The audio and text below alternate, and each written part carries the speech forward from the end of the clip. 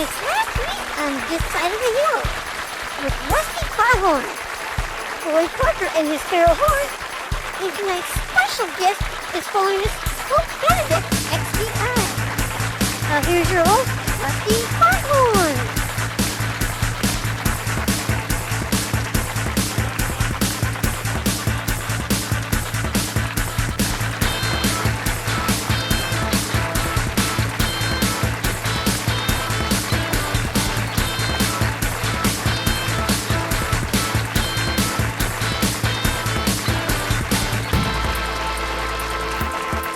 Goodness gracious, great balls of fire. Lordy, the swine sound fine tonight. Molly. Pope Benedict XVI. Yeah, Rusty, it says so right here. Molly, XVI stands for 16, as in Pope Benedict the 16th. Oh, XVI is Catholic for 16? God bless you, Molly. Yes, XVI is Catholic for 16. Well, folks, today's show is an historic one. For the first time in talk show history, the Pope will be a guest. As you can see, the Holy Father is just now arriving at our studio. So we're going to take a short break and be right back with Pope Benedict XVI.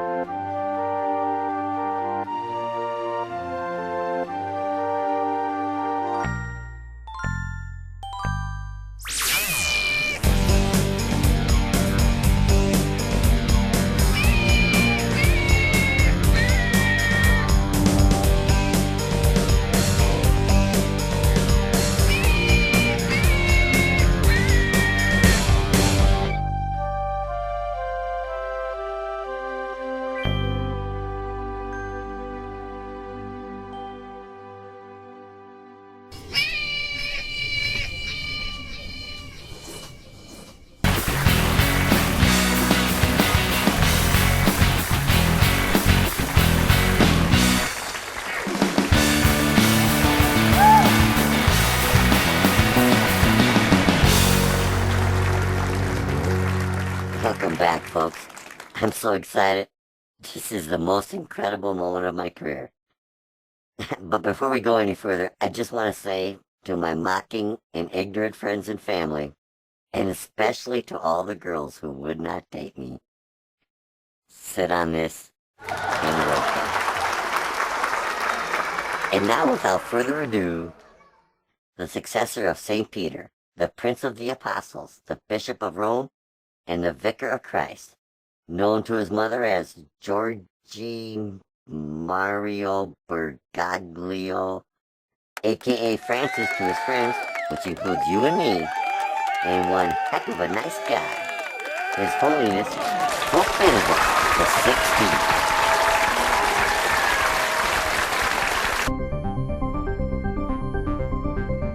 This is an OPM News special report with Francine Desgrace. Good evening. New developments in the Easter Sunday triathlon traffic fiasco. Previously, in a story found in the April 23rd edition of the Half Moon Bay Review, Mayor John Mueller implied that race organizers, USA Productions, was responsible for choosing a route that crossed the highway 3 times, while simultaneously claiming he did not want to throw anybody under a bus. This is a simulation of what it might look like if Mayor Mueller were to actually toss somebody under a bus. That's right. Our city manager Killed himself last year, and we're still dealing with the fallout. Maybe there is a way out of this, but we're gonna have to throw City manager. him under the bus. How do we do that?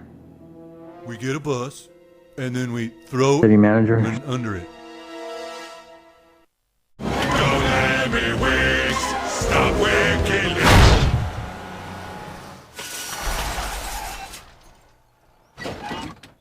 What the hell happened? Oh God, he killed himself! City manager. He killed himself, did you see that? Oh, why would he do?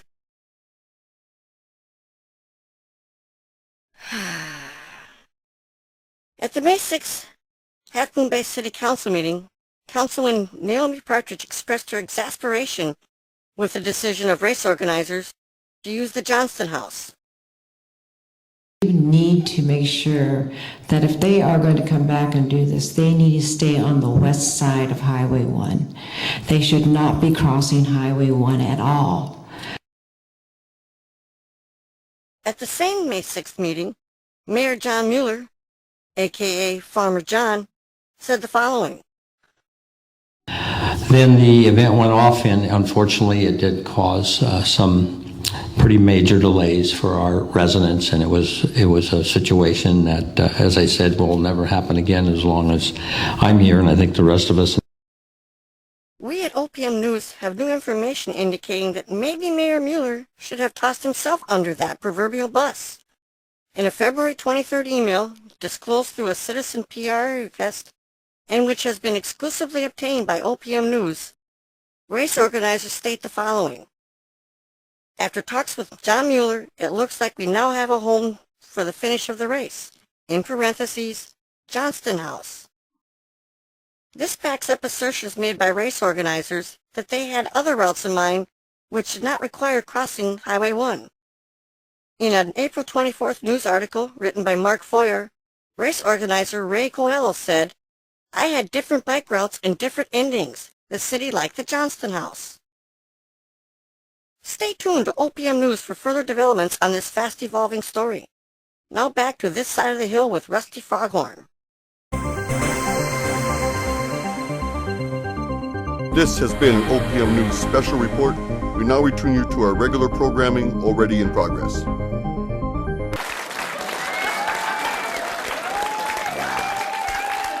That was awesome. Unbelievable, folks.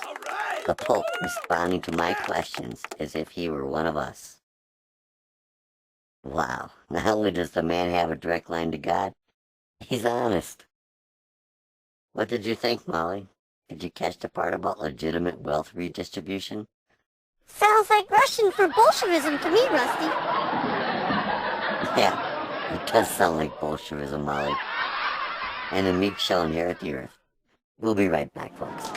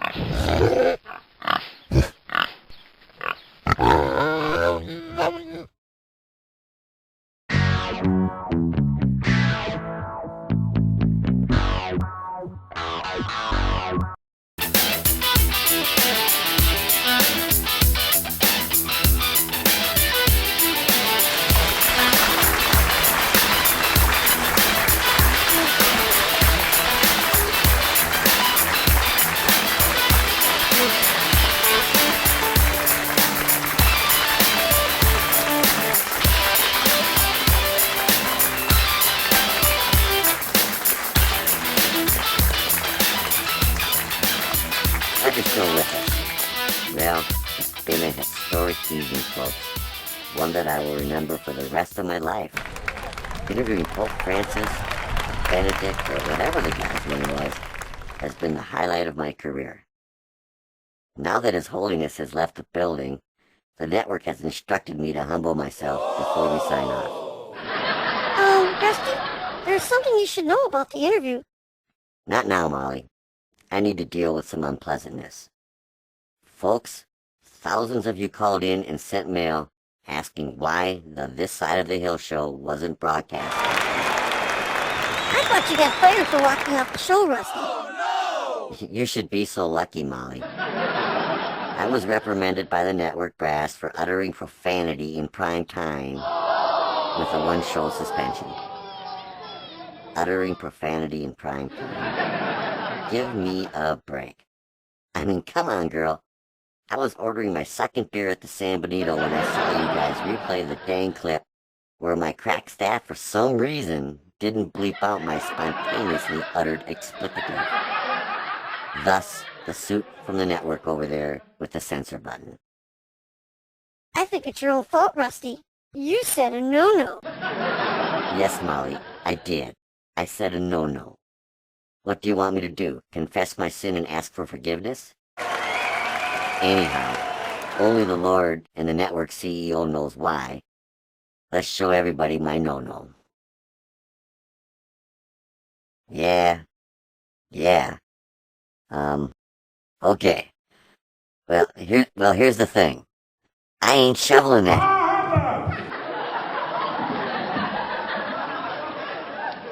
Now, I must apologize.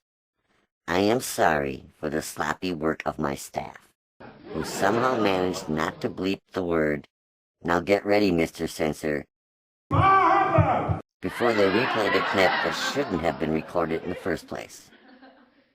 Gosh, Rusty, you sure did let him have it that night. What happened at your meeting with the bosses?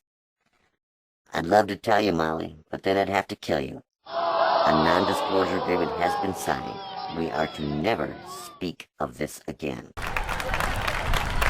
Now that is done, folks, I'm going to go home, sit back with a 40-ounce Mickey's, and watch the replay of my interview with the Pope. Mr. Censor? You should get ready. Rusty, we tried to tell you earlier. The network preempted your interview with breaking news coverage of Farmer John tossing the city manager under a bus. What? Preempted me? And the Pope? Yeah, and it was a really interesting story, too. I watched it on my iPhone while you were hobnobbing with the Pope.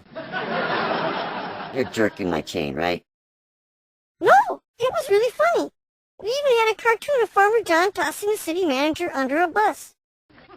No way. I mean, no way in hell they would interrupt my interview with the Pope for a story about Farmer John and some cartoon. They did, Rusty. Son of a bitch. Somebody call my agent. This is unbelievable. They preempted my historic interview with Pope Francis. I thought he was Pope Benedict XVI, Rusty. Pope Schmope, Molly. He's the Vicar of Christ. And those bastards preempt my interview so that beach blonde bimbo wannabe S.P.C.N can babble about a pumpkin humper? Take a deep breath and settle down, Rusty. Floyd, why don't you and your three little piggies take this to all the way home? Like now, please. Thanks for watching, folks. The Happy Race City Council meeting is coming up next. Stick around, because you never know when somebody might get tossed under a bus. Good night, everybody!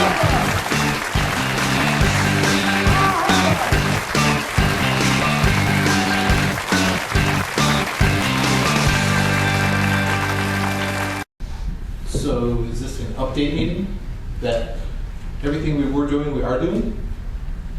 Great.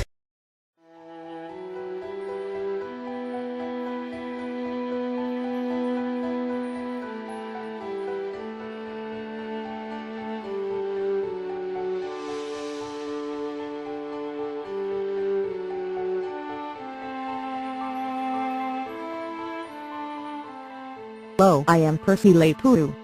Every day thousands of helpless animals are abused by their owners. They are systematically dressed up in humiliating costumes for the sole purpose of amusing the people who claim to love them. They are often exploited by photographing or videotaping these poor creatures and then shown on the internet, further adding to their embarrassment and horror. We are trying to stop these terrible obscenities, but we need your help. We are about to burn this pet costume factory to the ground. I bet you're asking yourself, how can I help? Well, it is very easy. For less than $1 a day you can help us pay our travel expenses as we travel the world destroying the very source of this horrific and abusive trade. These photos just make my stomach turn. As special offer, if you act now, we will send you a photo of the animal you are saving dressed in one of these horrific costumes. Just think, if you are lucky, this poor creature may send you a letter thanking you for your generosity. Call now or log in at the number or website shown on your screen. You will be able to sleep tonight knowing one less of God's little creatures is safe from this nightmare. Act now to receive your hilarious photo of an abused pet to show your friends. Remember, only you can make the difference. Call now, before it is too late. Hey, when I like this, everybody run.